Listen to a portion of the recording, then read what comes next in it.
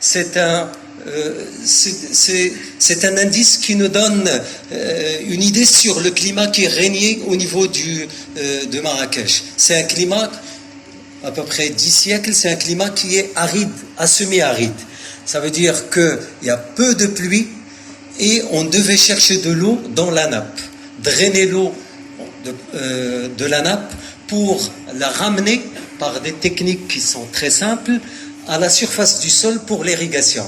Si on parle des aqueducs, normalement, ça témoigne de beaucoup de pluie, ça témoigne d'un climat qui est à peu près, on va dire, tempéré. Beaucoup de pluie, ça dépasse à peu près les 800 mm par an, mais ici au Maroc, à Marrakech, on est à des valeurs de moins de 250 mm et ça témoigne de la rareté de l'eau depuis le Mourabitin.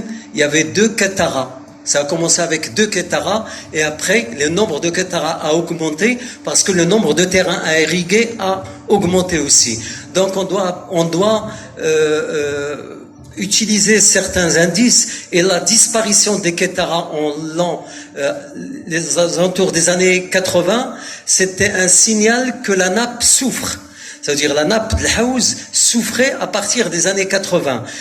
Une fois les Qattara ont cessé d'amener de l'eau, ça veut dire que la nappe a baissé. Et ça, c'est un système d'alarme pour un équilibre de la nappe.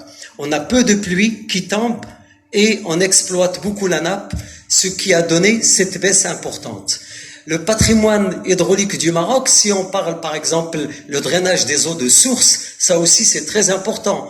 Dans le nord, les terrains la plupart sont imperméables, il y a quelques formations qui sont aquifères et le drainage des eaux des sources dans la région de Tétouan, le système Skondo, il est basé il y a à peu près 600 ans sur le drainage de l'eau à partir des sources, des canalisations en poterie qui arrivent dans une ville qui est sur une montagne et comment on fait remonter de l'eau sur ces montagnes. Donc ce sont des calculs de charges qui sont très importantes. Nos ancêtres, ils ont su trouver des solutions pour résoudre cette problématique de l'eau.